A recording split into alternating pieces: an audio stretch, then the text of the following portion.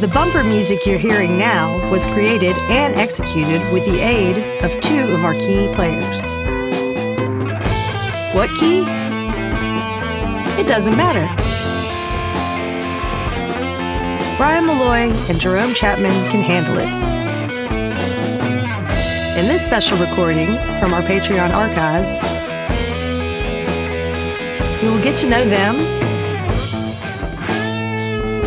some of their favorite bumper tracks,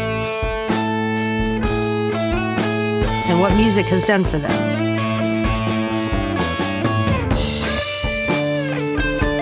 This is Music Student 101. Stand by for your hosts, Jeremy Burns and Matthew Scott Phillips.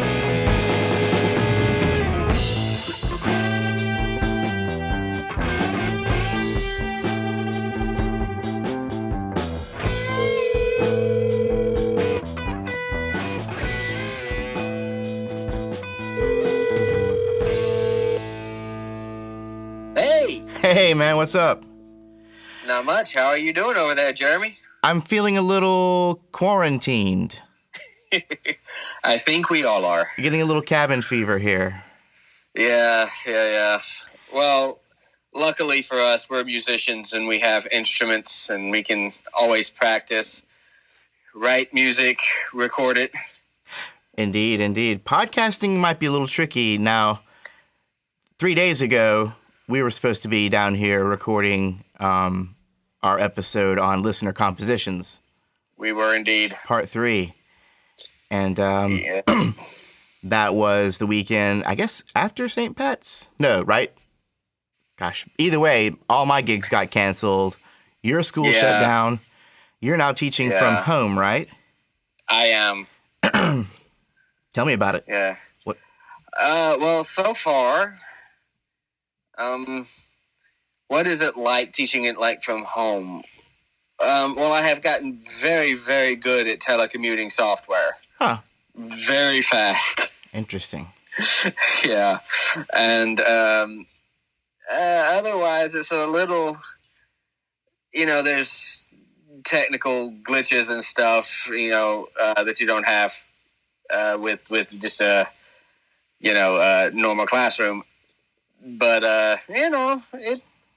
it works okay. Mm-hmm. It's not ideal. Yeah, right. But it's better than nothing. Right. Yeah, so. And perhaps our listeners will agree that while your telephone-sounding voice is not ideal for production value, maybe most would rather just hear you and do another show rather than just close it down. Yeah. Absolutely. And if we're being honest with ourselves, I don't know how much longer this quarantine situation is going to be. And it might be that we have to miss an episode or two. Yeah. Yeah. Well, it might be that it might be that we have to get a little creative. Mm-hmm. Right? Right. Yeah. Well, in this case, what we're doing is I had an old Patreon show from a while back. Actually, when I first opened up the Patreon page, I wanted to have some kind of content up there. So right. I sat down with my friends Brian Maloy, who's the drum player for most of the soundscapes you hear, and Jerry Chapman, the guitarist, who you hear a lot in our soundscapes as well. Well, a couple of years ago, we sat down and talked to them, just kind of what, some of their favorite soundscapes, talked about their process, how music has affected them personally and everything. Mm-hmm. And it turned out to be what I thought a really good conversation. And it just so happens you weren't there for that one either, because I think you were knee-deep in syllabus. That's entirely a possibility. Yeah. So, but you're here now. And we can do just a little bit of a pre-show kind of thing. Yeah. With technology. Just let everybody know we're still out here, still around. That's the main thing, man. The show must go on, right? Yeah. In 99% of the cases, the show must go on. Rain, hail, sleet, virus, whatever. In 99% of the cases. But in this historical moment in the world, people will always probably know what we're talking about. But yes, there's a huge virus going on where we're all having to stay inside. And our friend Brian Maloy, the drum player, he actually he had an accident at work and his hand got, his index finger got crushed. Oh, man. So he had to get it grafted like another piece of tissue to the other part of his finger. And he has to be down for like a month anyways. You know, so he's kind of like, bad. God, but he's quarantined and he can't play drums or anything. You know, he's got to get on the up and up. So I want to give a shout out to my boy Brian, who you guys are going to be hearing from in this episode. And we wish you a speedy recovery. Mike Cunliffe, our good announcer, you will not have heard his voice at the beginning of this show for the same reason. Right. Not that Mike didn't smash his hand at work, to be clear. But not that much the same reason. He's just quarantined, self-quarantining. He's just quarantined. Yeah, as we should, as we are. But funny. But we do miss Mike, and we hope to get you back up here. And if I played my cards right, Matt, you're going to hear my wife Heather's voice at the beginning of this episode. So nice. Thank you again, baby, Heather. I love you. In advance. In advance. If I play my cards right. Well, I think, like I said, this show was initially a Patreon show. Mm-hmm. And this will be the first one of our Patreon shows that we're actually going to release to the public. We've had episodes that were released to the public that were inspired by Patreon patrons into full episodes. But this, hopefully people will dig this, and hopefully it'll fill a little bit of the time that they have to spend while they're just sitting around, hopefully pursuing other creative and artistic, Well, some people are still emailing us theory questions and stuff. That's true. Which helps them fill the time and also helps me fill the time. So that's a good point, actually. That's a good point. This is probably the perfect time to start asking theory questions. Yeah. I think I asked you a few of them the other day, didn't I? I think you did. About that crazy credential 164, but we won't get into all that. Yeah. I would like to acknowledge a new Patreon patron before we get on with this episode. And I guess I'll read it since my microphone sounds a little better than yours. With all due respect, Matt. Hey, well, you do what you can. Unless you can just see the paper as I put it up to the phone right there. Nah, you don't want to do that. No. You don't want to do that. Okay, so here we go. We got a new Patreon patron named Joey Calzone from Freedom, Maine. And he says, "Hello, Matthew and Jeremy. I've been listening to the podcast since the fall of 2018 and have recently gone back and worked my way through since the beginning." Not a bad idea. We recommend that. Yeah, most of our shows I've listened to several times because I edit them, and then I still have to go back and listen to them. Right. What did I say? I've been meaning to write you all for a while and have never gotten around to it. I have been playing music for most of my life, and my journey started off with the guitar. I also played the trombone and marching band in high school, drums in a death metal band. And was a DJ for about 4 years. So that's a pretty wide range of genres and styles. Yeah, absolutely. Especially early on. In 2010, I left my home and went vagabonding for most of my 20s. I switched to 5-string banjo in 2011, and that has been my main focus since then, mainly 3-finger Scruggs style. Are you familiar with that? The Scruggs 3-finger style? Oh, yeah. My grandfather used to play banjo, and that was sort of his style. Really? It really challenging. Sounds like it. The banjo itself is challenging for me because it's got one of the highest pitched strings up above all the other strings. Oh, yeah. So my intuition does never, that just messes with me. If you're a guitar player, you have to think about that with the highest string on the top. Yeah, it can be weird. It's also interesting that when Joey Calzone decided to start vagabonding, he switched to banjo. I think that probably made it easy.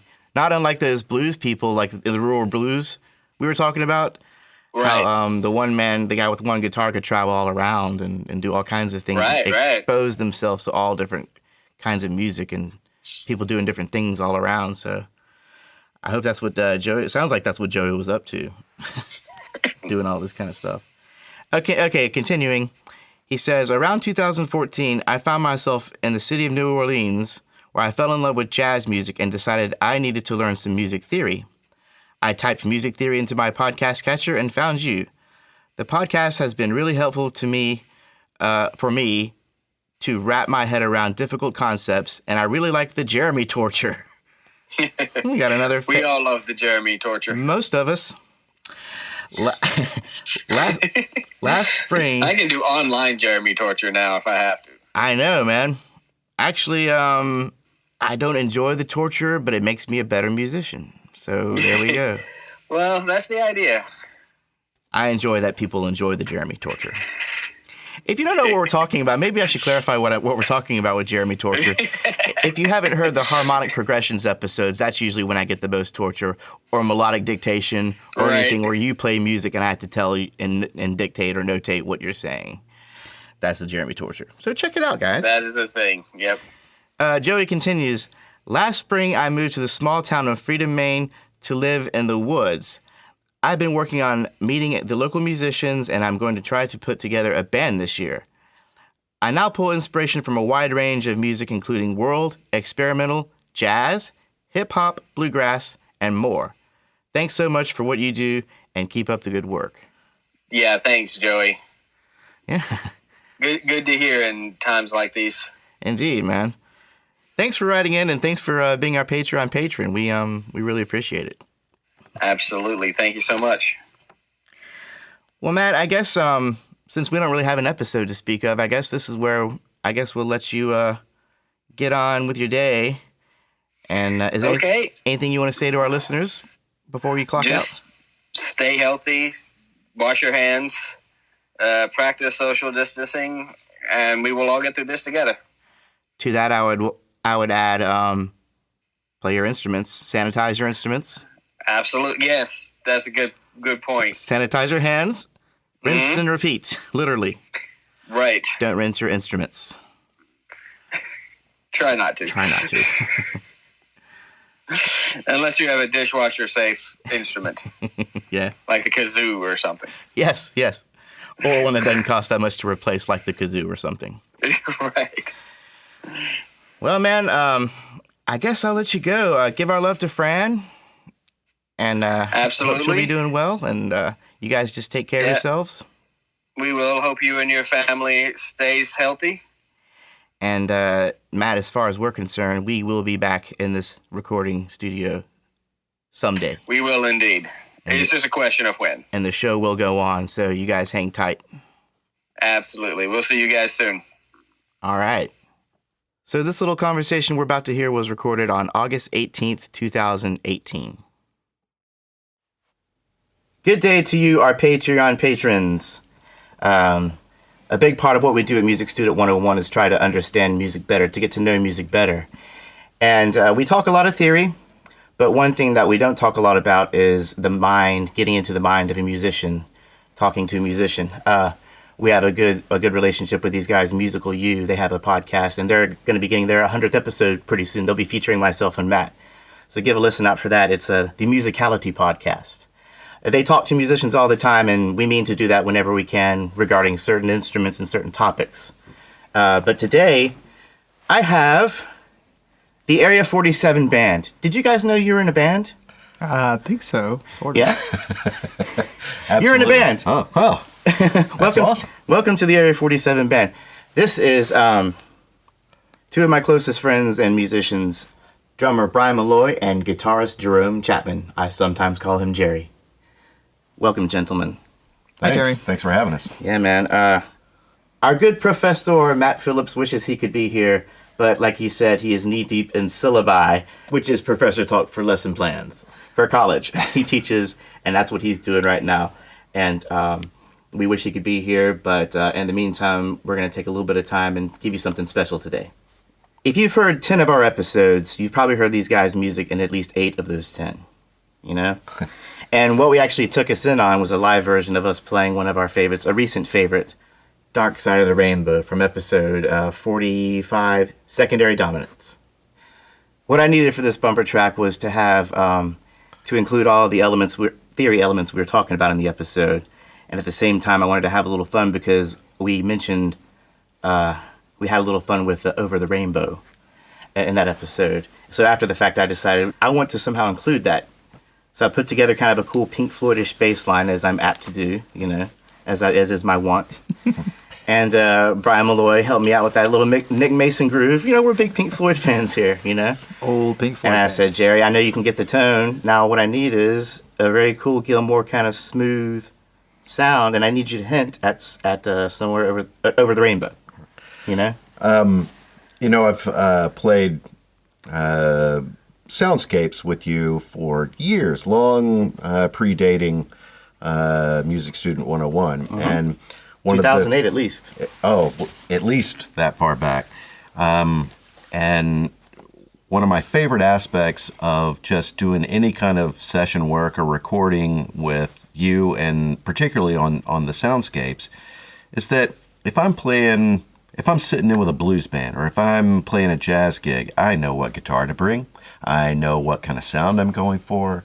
I know how to play in that particular style, and I kind of get myself in that mindset. But when I'm doing session work with you, I show up and I really never know in advance, with a couple of rare occasions where you'll send me some sort of half-done track, see what your thoughts are on this. Mm-hmm.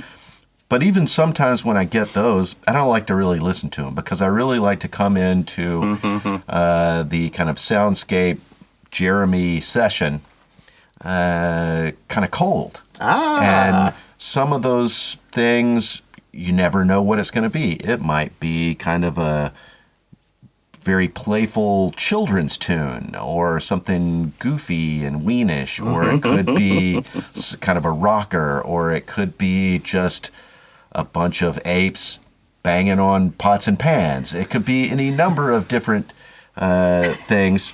And a lot of times when I come in, it's really kind of a bare bones structure of a song. It may have a particular chord structure already. It may even have kind of a rhythm already, but it's kind of hookless. Yes. And so the challenge for me is to be able to kind of walk in cold and not only just, say, play a solo over something that's already formed, but maybe actually develop a hook on the spot, on the fly, without taking up a whole day of recording, of trying this and trying that. That's a big, fun challenge, and I don't know, it's like being up to bat at the plate. Yeah. To be able to deliver like that. This one, basically, like you said, what I got from you was, all right, I want it to kind of sound like Dave Gilmour. Mm-hmm. I want it to have that kind of Pink Floyd-ish feeling. Mm-hmm. And at some point, throw in some Wizard of Oz. Yes. You know? So I have to kind of like figure out, all right, where can I actually put that? Where's the nice little major chord where I can toss that in? And I kind of like fiddled around with the amp to try to get a decent Gilmour sound. And then I'm thinking, what kind of things does that guy do? Mm-hmm. Mm-hmm. And so I throw, it's like, okay, I kind of locked in on some kind of minor nine-ish something or other. He kind of plays in that kind of mode from time to time or whatever. And then to kind of top it off, I grabbed a quarter. Ah, yeah. And instead of playing with a pick, I'm playing with a quarter to kind of get that weird, crisp, kind of bitey sound that he gets just naturally. He's not playing with a quarter, but okay. I can kind of like get a little bit closer to the kinds of things that he's doing with that incredible rig he's got by just... And you did it for 25 cents. Yeah, 25 cents. MacGyvered your way into a awesome sound on the fly. You're very good on the fly, Jerry. You're one of those musicians who I think I recognize to be able to really hear a melody and within a matter of seconds, if not minutes or seconds, reproduce it. So I imagine that when it comes to coming up with hooks on the fly, you can just think of something in your head and be like, oh, let's try this. Boom, there it is. Where a lot of musicians, even myself, have trouble doing that, on the fly kind of stuff. I really like that stuff. Some of my most delightful experiences in this kind of setting and format are when I'll lay down a guitar track. I'm relatively pleased with it, but I might want to kind of like try a couple of different ideas and but I'm kind of hedging my bets. It's like, if I don't come up with any better ideas, don't throw that away. I kind of bank that. Sure. And then maybe I'll come up with something that is kind of similar. And we've had a handful of experiences doing soundscapes where we basically are in trying to decide, all right, which one of these takes do we like better? We always kind of run that experiment of, let's see what they sound like at the same time. New track. And just kind of play them on top of each other. And because my headspace is in a fairly similar place from track to track, I might climb some sort of little scale in some big crescendo part of the song. And on the second track, I'm kind of doing that same kind of thing. I think I need to kind of climb here, but I might start at a slightly different interval on that scale. And then all of a sudden you play it back, and it's like in this kind of cool harmony. Yeah. That I never really planned or was really going for, but it just accidentally came together. I love those recording experiences, and this is a real good format for those kinds of things to happen. Now, a guitar player has the freedom to do things like that and overdubbing and whatnot. However, the drum player, we don't really do a whole lot of drum kit layering. We might put in some percussion tracks, but the drum player really has to get it locked down nice and tight on that one track. And speaking of drum players, drum roll, please. God. Wait for it.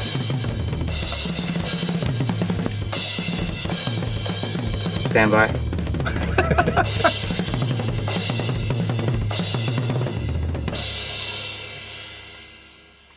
Ladies and gentlemen, Brian Maloy. Yes. Okay, go into the Wayback Machine. We're going to go ahead and get into the mind of these musicians here.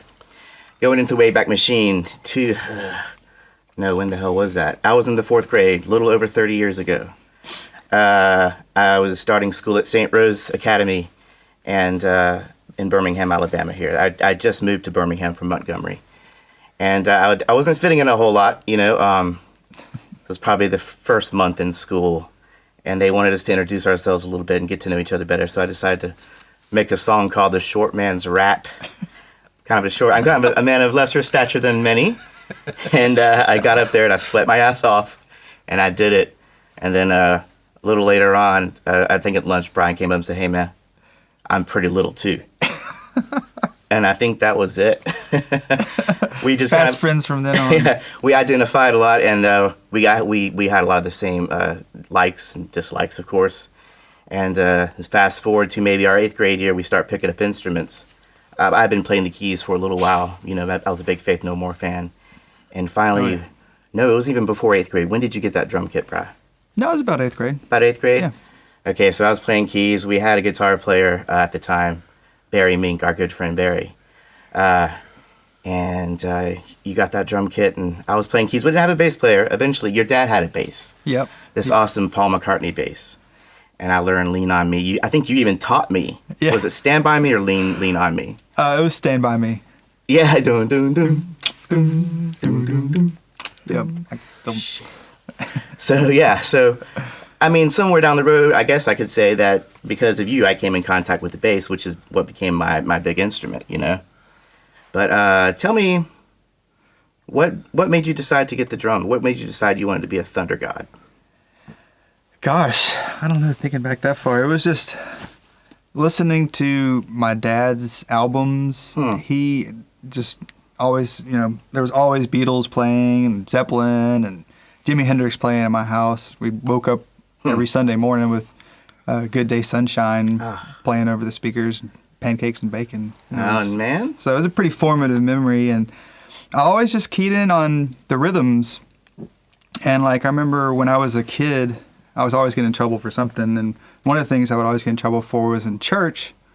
We'd be in Mass, and there would be the hymns playing and the church music, and I'd always be just rapping out rhythms on the back of the pew. Good acoustics. Just kind of figuring out the time signatures and figuring out, seeing what would be I didn't know what I was doing, just a pleasant kind of rhythmic pattern or whatever for what was going on, and coming up with beats always for Ave Maria. Yeah. And so I was getting the pinched in the arm for that back then. So that was probably my earliest, memory of just keying in on rhythms and drums. And then, we started listening to weird music, and, we talked about what we wanted to, what instruments we were into and like who we liked and stuff. And it was always drums for me, and I never really considered any other instrument, really.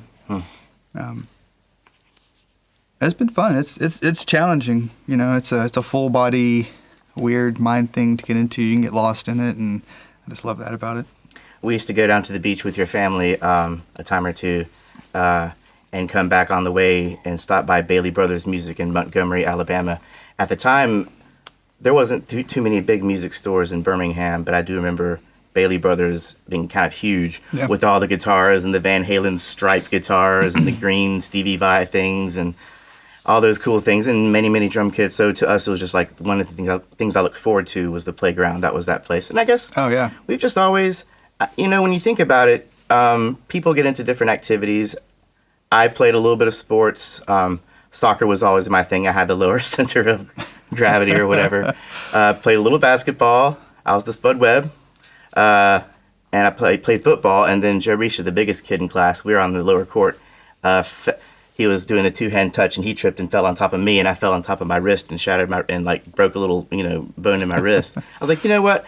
I'm going to try and do something a little more laid back that I can still, that still interests me, So from there, I think even before that I was into music, but then I just decided, you know what? I'm not going to be sports, it's for different people, and I'm not one of those, you know what I mean? Also a beautiful thing. It definitely forms very good bases of relationships and friendships just because of the communication that it kind of, you communicate on a level that it's like a code language or something, most people don't really have access to. And it just shows, we've been friends this long and been playing music the whole time. So it just, it's always something, it's a beautiful thing to be able to do that with other people. And as a basis of a, friendship is, it's kind of magical, really. Mm-hmm. I think it's safe to say we're in the pocket. Definitely.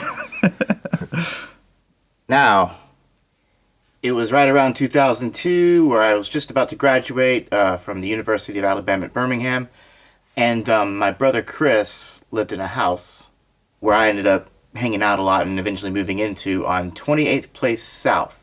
And Jerry lived down the street. My brother he knew a girl, Dana. They were good friends, and we met Jerry through Dana, who's now your wife. Indeed. And we'd have parties, and Jerry would come over and bring whatever instrument he decided and play the hell out of it and do all kinds of cool things with it and make all kinds of cool sounds. And because of my musical enthrallment with you, I just, I think that started conversations and jam sessions and things that led to a greater communal feel with you and your people, And I remember seeing you play in the coffee shop. There was a band called Something Else. Oh, yeah. Tell us a little bit about that. In those days, I had just finished playing for a number of years in kind of like electric, classic rock, kind of popish band, doing the run-of-the-mill kind of, it was good work, but it had become a little bit rote, and I wanted a big change. And so I had become fascinated by the music of Django Reinhardt, the kind of legendary Belgian gypsy jazz player from mainly 30s, 40s, 50s. And I was just fascinated by his approach to music, the way that he played, and so I just decided that I would completely shift gears and make myself just really shift into a whole different headspace, new way of thinking, all different chord shapes, all different approaches to the instrument, going from playing primarily electric to playing in a completely acoustic band, going from playing pop to playing completely more swingish jazz, all different instrumentation. For years, when I was playing with that band, we didn't have a drummer because the rhythm guitars are playing in a very rhythmic kind of style. So it was all different instrumentation and a completely different approach. I'm a guy that musically gets frustrated by my own ruts. And so anytime I find myself playing in this kind of annoying muscle memory kind of way, I want to try to make myself do something that is awkward for me at first. And it is completely out of my wheelhouse. And I think that's one of the reasons that you and I started playing together, is because when we first met, I had been immersing myself in kind of jazz type stuff, jazz rhythms, very, very swingish kind of things. And the music that you had been immersing yourself in was about as far from that as you can get. It was a lot of Irish stuff, a lot of very kind of regimented, on the beat, not a lot of dotted notes. Not Very a lot little of, chromaticism. There's no syncopation. Right. And not a lot of, I don't know, Challenge. swingish and shuffle to it. So it was, again, a kind of, anytime I played with you, it took me out of my comfort zone. It took me out of my go-to wheelhouse and made me stretch. And so it was very, very appealing for me to play with you in those first few times that we ever played together, just because it was, I don't know, a stretch for me. It was put me in a different mindscape and made my hands work differently and made my sense of rhythm work differently. And it was candy. I just ate that stuff up. So the challenge for you was regimenting yourself in a different way. Yes, exactly. And just taking myself out of what I had immersed myself in, which again had become kind of rote. And before we move on, something else about something else. One of our good Patreon patrons was actually in that band. Oh, wow. Sammy Siraj. Oh yeah, Sammy is a great musician, great player. Just one of the biggest hearts I've ever met in the music business, and we had a blast playing in that band for years. Hi, Sammy. Thank you for your patronage. Okay, so I guess what I meant to get into earlier also, we kind of found out why Brian got into the drums, you know. And you play a whole bunch of different instruments, but you focus mainly on the guitar. I'm mainly a guitar player. I really like playing anything with strings on it, provided that I don't have to use a bow. I'm very clumsy with a bow. I haven't really mastered that. And just from a really, really early age, I was kind of into the guitar. There was always one around the house. It made it really, really easy when you're first starting out, particularly if you're playing a lot of acoustic. Well, there's not a lot of stuff to carry around, so it was very convenient. It's not like where you have to have wheels because you're moving a drum kit. But I actually started as a drummer. That was really, I guess, the first instrument that I kind of picked up. And then after a while, I found myself really drawn to the banjo, and played the banjo for years and years. And 5-string? Yeah, 5-string banjo. And then eventually just drifted into guitar. It was so much fun. Yeah. I just loved it. It's always been a part of my life. I tend to kind of use it. I have one in my hand even when I might be just watching television or doing any number of things. And I think I would absentmindedly kind of play along with commercials or TV theme show songs, or any little melody that I heard. I would try to continue watching, not really look at my hands. And eventually you just kind of develop this hand-to-ear coordination and take your eyes out of the picture completely. And I think more than anything else, that and doing a lot of playing in the dark right before I went to sleep. I have a guitar right by the bed, and you develop that kind of hand-to-ear coordination and really take your eyes out of it. Quit saying, okay, am I making this chord right, or any of this kind of stuff, and just try to pick out melodies in the dark, or make myself not look and play with the television or whatever.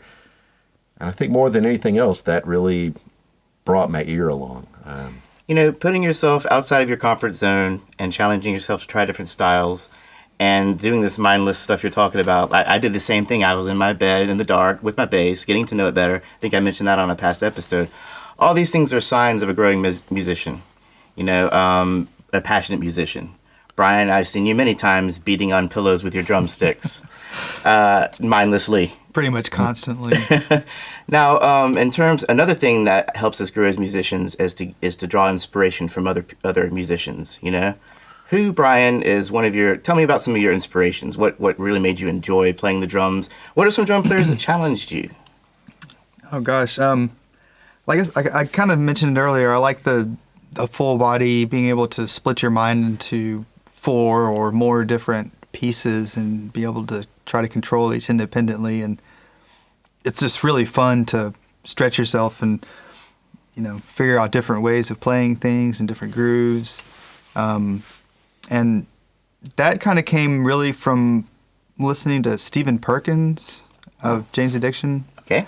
He was one of the first really kind of polyrhythmic drummers that I listened to, and I just remember over several summers just having the headphones on my Sony Walkman with Ritual De Lo Habitual, or playing on repeat constantly until I wore the tape out.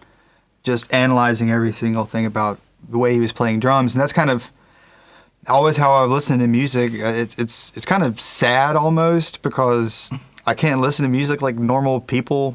I'm always fixated on the drums and the rhythms, what's going on. Yes. For like so many times of listening through a song or whatever before I realize, oh, they're singing about this or that, or Oh yeah, like man. How many mixtapes have you made for a girlfriend and then went back and listened to the lyrics? Oh crap, that was a really sweet sounding song. It started off with a major 7 chord.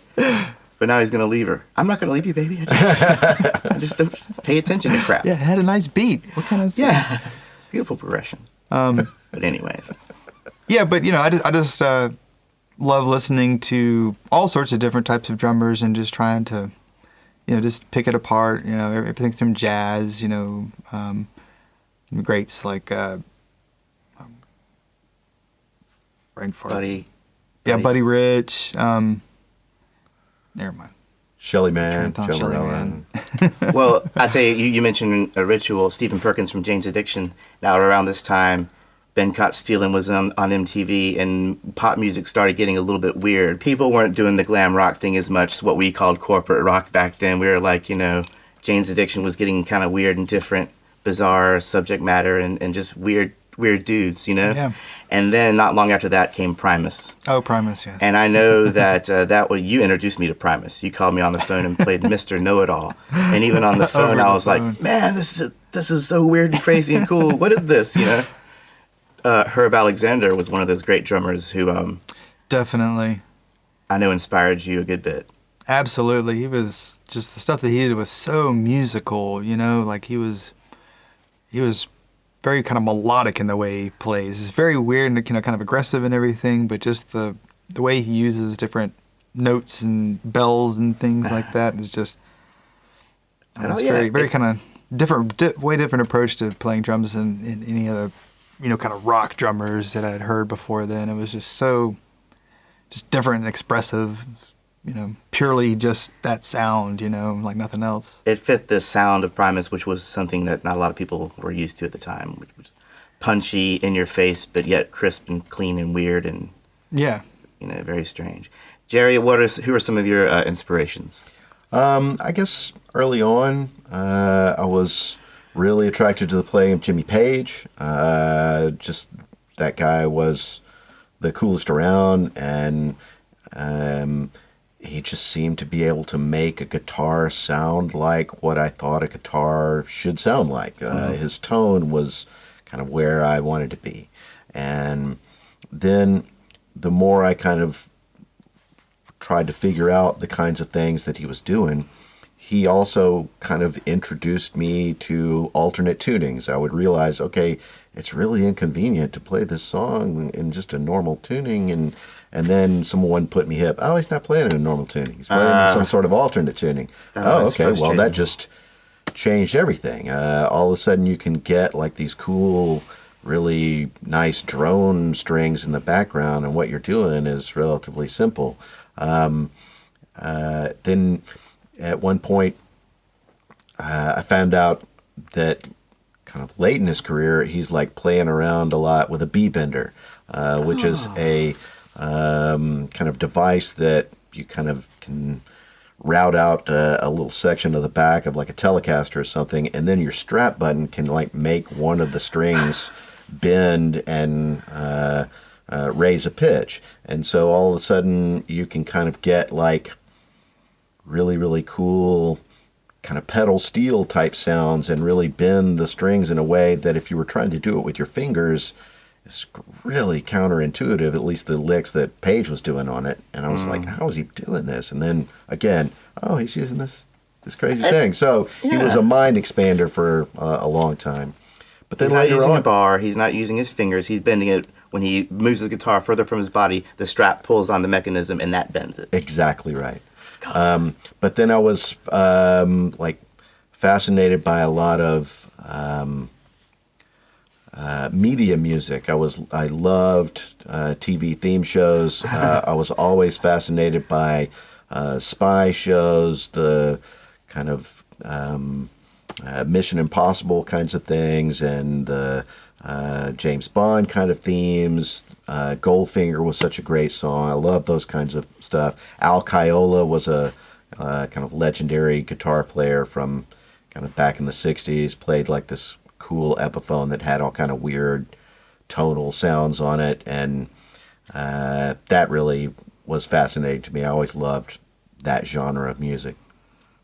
Now it's cool you mentioned TV show theme music because it's like one of the greatest earworms. Anyone who watches a show for a few seasons, if not just one season, you'll know that theme song, and it just kind of sticks with you. You know what I mean?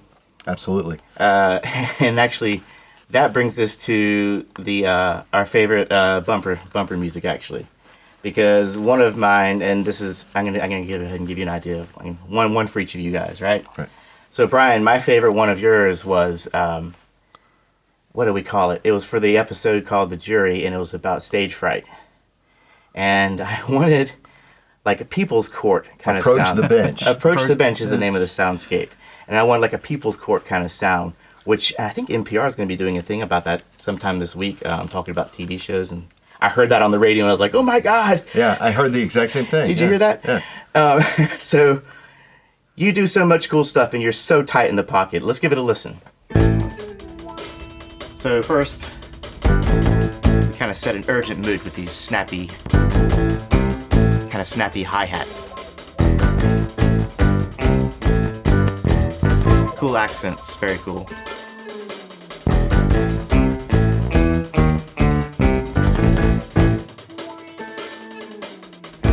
Oh, congas.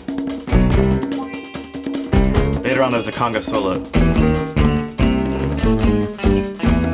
They build up and bam! That's what I'm talking about. So yeah, it's just everything else from there is just raging, you know, and I just love it. Oh, conga solo.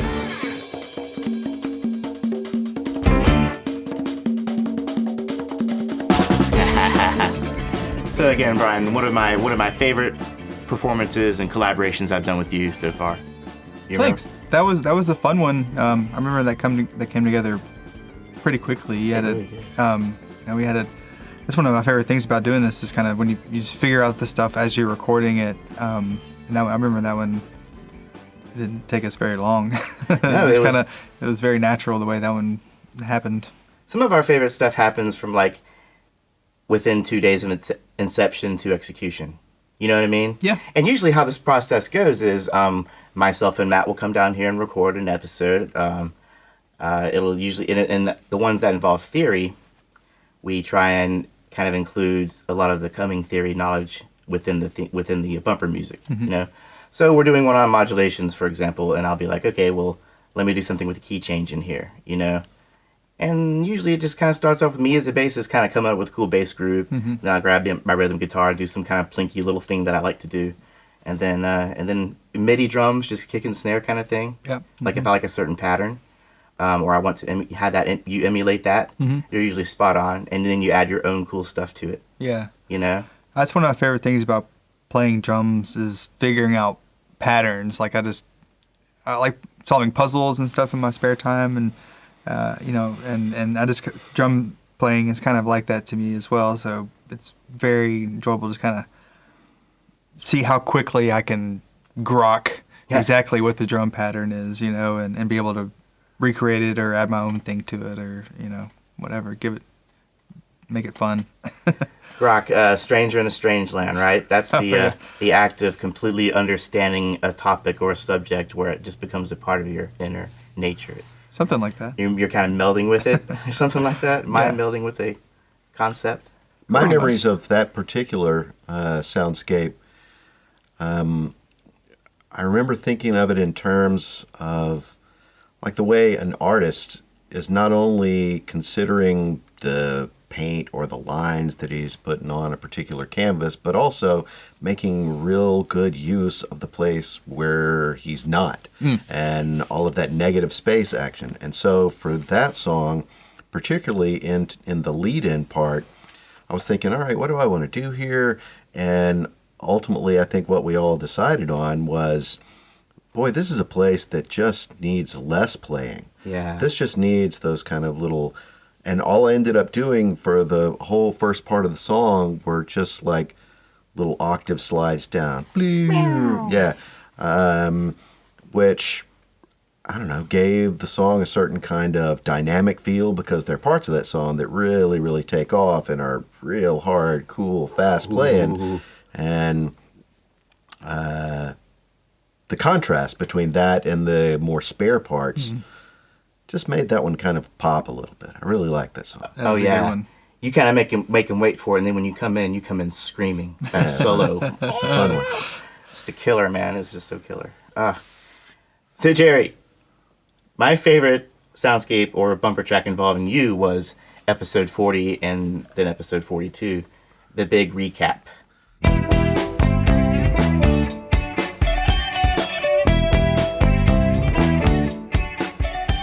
Now, here's the funny thing. This is one of those times where I gave you something just ridiculously specific, and you made it happen immediately, okay? I said, okay, here's kind of what I want. It's one of those summer vacation movies like, what is it, Summer Rental, or what was that one with Bobcat Goldthwait? Summer... John Cusack? Yeah, I remember that one. You know, the scene where the kids are, to save the school, they're having to build the boat. They get a crappy boat, and they're trying to build it for the big boat race, the big regatta. And there's going to be like this certain montage of them painting the boat, and maybe someone dumps water on somebody's head. Or they're rolling a paint roller along the side of the boat, and Bobcat Goldthwait's face is like in some little porthole, and he gets paint all over his face. Yes. What's going on? Yeah.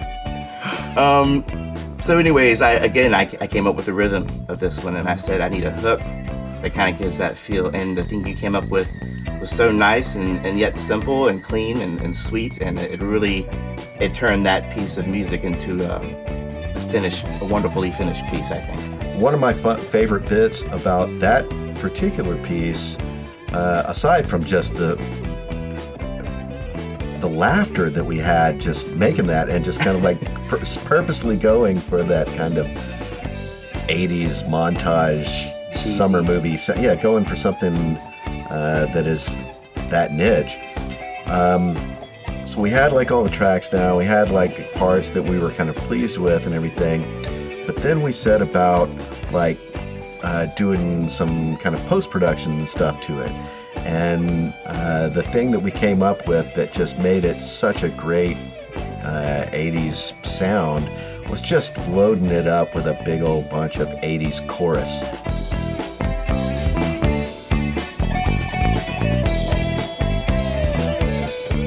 On that guitar, and so it just kind of, it seemed like every guitar player during that whole period was just fascinated by chorus pedals, and it was just, I don't know, like distortion in the 70s, and phase shifters and flangers. Yeah. All of a sudden in the 80s, boy, that chorus stuff was just everywhere. Ubiquitous. One Crazy Summer was the movie I was talking about. And Mannequin, since you mentioned that, the music in the montage scene for that was a bit of an inspiration as well. Now that we're talking about 80s music and 80s movies. Oh, man. What a fun one. Okay, now, Brian, I would like to ask you. Yes. Now, just to reiterate, we've been playing music for about 30 or so years almost, and we've played many different genres. We've done all kinds of. We've been on many a crusade, I think, as you once said. Yes. And of the soundscapes which we've been doing since I've been here, I moved in here at the end of 2007. So we really started kicking off these soundscapes in 2008. Oh, our first one was called Scotch on a Plane. I remember that. Actually, I think, my brother Chris played guitar on that. It was so long ago. That was the very first soundscape. Well, one of the first soundscapes I think we did down here. And my wife did the voiceover. The voiceover, yeah. Of the kind of stewardess voice on that. Dana, oh, she has such a good voice, man. We should just give that a quick listen while we're talking about this, I think. Good morning. Thank you for flying Ninja Airlines. My name is Bambi, and I'll be your stewardess on this non-stop flight to Funk's Vegas. During our flight, the captain insists that all passengers enjoy a scotch on the rocks. He hates to drink alone. But that's just an idea of what we come up with. I've gotten to where I like to get back to the rudiments, bass guitar and drums, and just see what we come up with. Mm-hmm. A lot of our soundscapes have involved electronic music, but a lot of the stuff, like I'm saying, has been that kind of thing. And most of the stuff I do with you has got that really cool in the pocket feel. Now, you've also contributed to other electronic songs that we've done, doing like a meld of analog and electric, and fit in quite well. Yeah, kind of a Daft Punk kind of feel. What's your favorite soundscape that you've been a part of? That is such a tough question. There's been so many of them. I had to think. Some of the recent stuff I think has been the most fun because I think of the recording process where, just kind of really figuring out how we like to do it and kind of getting in the groove that way. So the sound of a borrowed melody, I think, the recent soundscape. Borrowed groove. Borrowed groove. I'm sorry.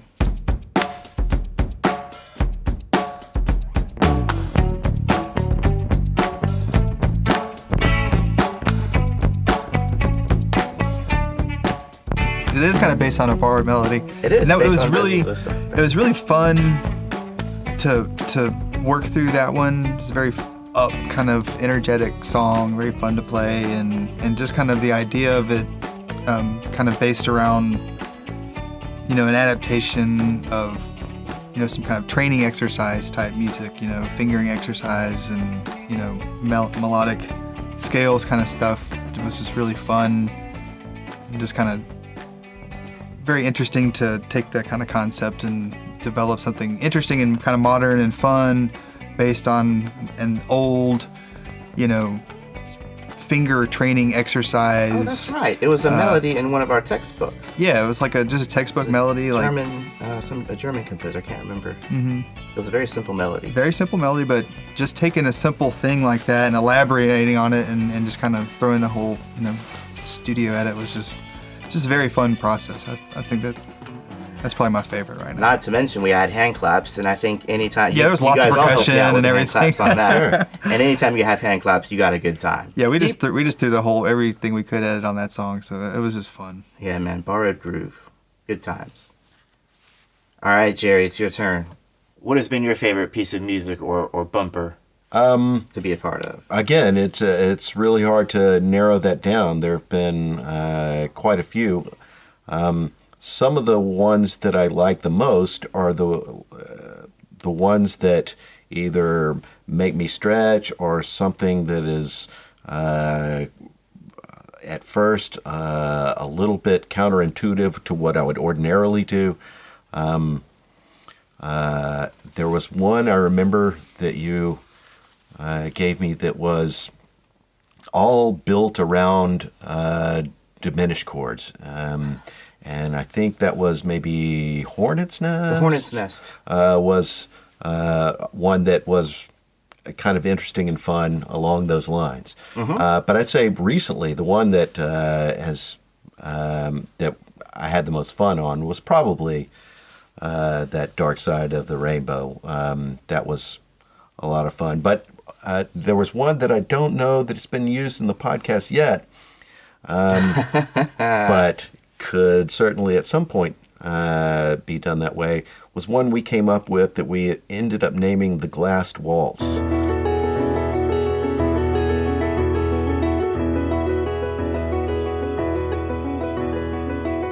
That was, it's Soundscape 182. Oh, God.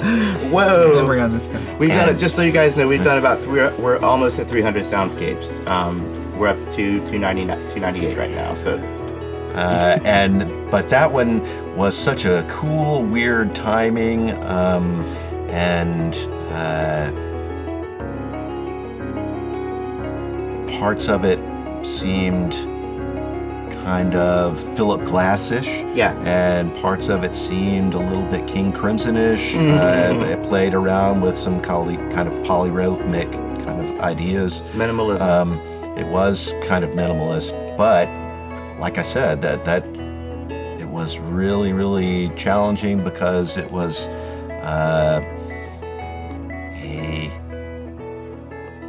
a rhythm that was not necessarily something that I would ever just intuitively, naturally go to. So those are my favorite kinds of tunes. Yeah. And actually, it's true, that has not been used on a podcast yet, so you guys are getting to hear it exclusively right now. Oh, good times, man, good times. Now, before we wrap up this wonderful conversation with another original bumper track, I do have a question I want to ask both of you, and I want to start with you, Brian. So, Brian Maloy, what has music done for your life? Oh my God. It's just Sum that up in a sentence. yeah, that's a minor one. Yeah, man. It's just always kind of informed it. Like everything I've ever gone through, music's been through there. It's really helped me. It's saved me. People, might be able to try to say that. A lot of people can relate to it, though. It's something that's always been there. Any kind of always something new. It always, I basically listen to things once and then kind of move on. So I love listening to as many new things as possible, different types of music, and getting hooked into different kind of concepts and different record labels. And like Senior Jerry here has got me into a record label, Daptones. Man, that is just stuff. So good, and it's like it's new soul music basically, but it's completely, no BS. It's good. Yeah. It's not like an homage; it's the real thing. You know what I mean? And so, yeah, it's just it's always been there for me. I think it's. Would you mention it's anywhere I've been, it's been, or something like that? Yeah. Made me think about even music with no words whatsoever. There's usually some kind of, even a classical piece I might hear, and it might remind me or make me feel a certain emotion that has brought me back somewhere in my life. Yeah, the connection with memory and just nostalgia and everything. Listening to some old song that you've forgotten about, and it brings you back to that place and time. And suddenly you're sitting in the car that you drove in high school. Yeah. Boy, and the it's sun's like, coming through the light, the windshield in just that right way. Hey, speaking of which, when you hear "Here Comes the Sun," do you smell bacon and eggs? There is, yeah. Well, Good- I normally Good Day do. Sunshine. For, I'm sorry. Good Day Sunshine. Good Day Sunshine. I got the band right. Most music makes me think of bacon and eggs. What a beautiful life you live, man. But hey, man, honestly, you are one of the most open-minded listeners I think I've known. You're always showing me new things and listening to new things and exploring new genres and types of music, and I think that's a really cool thing. Jerry, what has music? Jerome, I haven't called you Jerome. Everyone if you go to SoundCloud, you can find, It's Chaptunes. Chaptunes, okay, but we call you Jerry. I call you Jerry. What has music done for your life? It's been a constant source of exploration. I've always been drawn and fascinated to things within music that I don't quite understand. So a lot of strange music has been a part of my life over the years. I was fascinated by King Crimson. I was fascinated by Adrian Blue. I was fascinated by John McLaughlin stuff, and particularly like kind of like the Indian stuff that he would play. Mahavishnu Orchestra, was blown away by things that were incomprehensible to me, but also were just fascinating.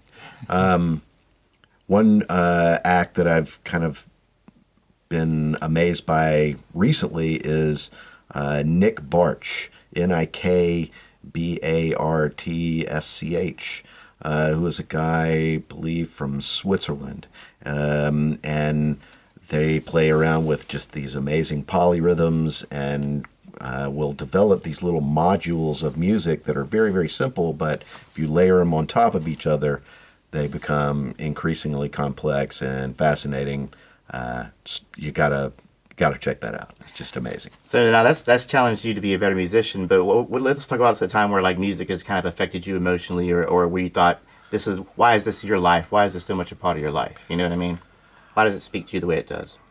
As opposed to golfing? Or... If I'm totally honest, I think the main thing, at least early on, that music did for me was it gave me an in. It gave me a way to be cool. I was not athletic. I was hugely uncoordinated. I also, like the rest of the people in this room, was small. But so I was never going to be particularly good at athletics. But I could be a smartass. So my sense of humor kind of like really developed. And then I also just found that I could play music, and it gave me a way to fit in and be cool and be okay with myself. And the more you did it, or the more I did it, the less that really meant to me, and I just became fascinated by the mechanics of the stuff itself. And it kind of evolved over time for me. It became your passion. Right. Now, Jerry, people can hear some of your original material on SoundCloud. What is your page? Chaptunes. I've got some original stuff, some stuff that I've done with bands. There are actually, believe it or not, a couple of very early versions of soundscapes from the Jeremy Burns Soundscape Library that are not even the completely finished versions of those songs. The raw material. Indeed. So, if you're interested, check some of that stuff out. Very nice, very nice. Brian, your music is on all of my stuff. Yeah, pretty much. Go to SoundCloud. Area 47 is the name of our little music get-up down here in our underground bunker. If it involves more than a 16th note, and if it sounds extraordinarily good, the chances are you're hearing Brian Maloy's drums on that. Man, I just want to thank you guys again for a great conversation. And to you, our listeners, what you heard at the top of this episode was us. We had just tracked live on the day of this recording a song called Dark Side of the Rainbow. So I think what we're going to do is we're going to close it out with another one. I think we all decided on 50 Shades of Great. Oh, yes, which was the soundscape for the 50th episode? The 50th episode, right. And it also featured some theory techniques, see if you can hear what's going on. 50 Shades of Great, man.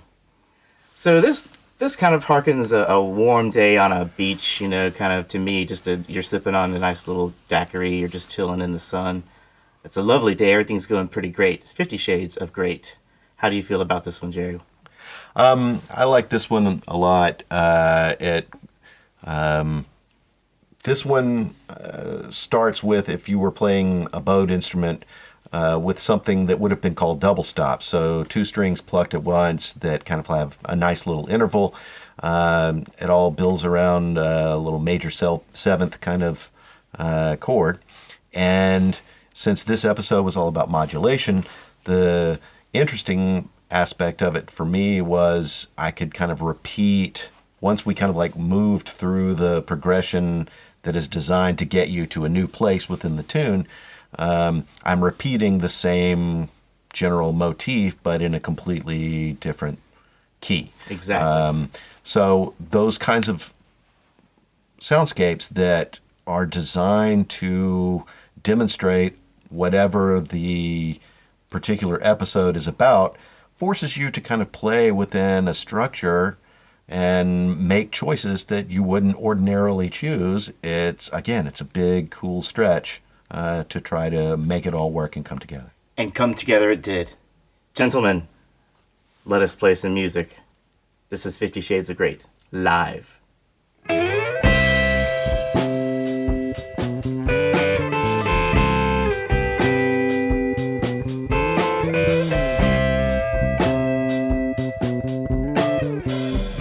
Thanks for listening.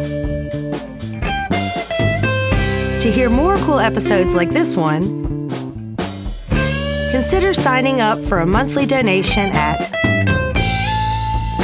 patreon.com/musicstudent101. Please bear with us as we move forward. We may have to make a few adjustments during this period, but the show will go on. So stay tuned.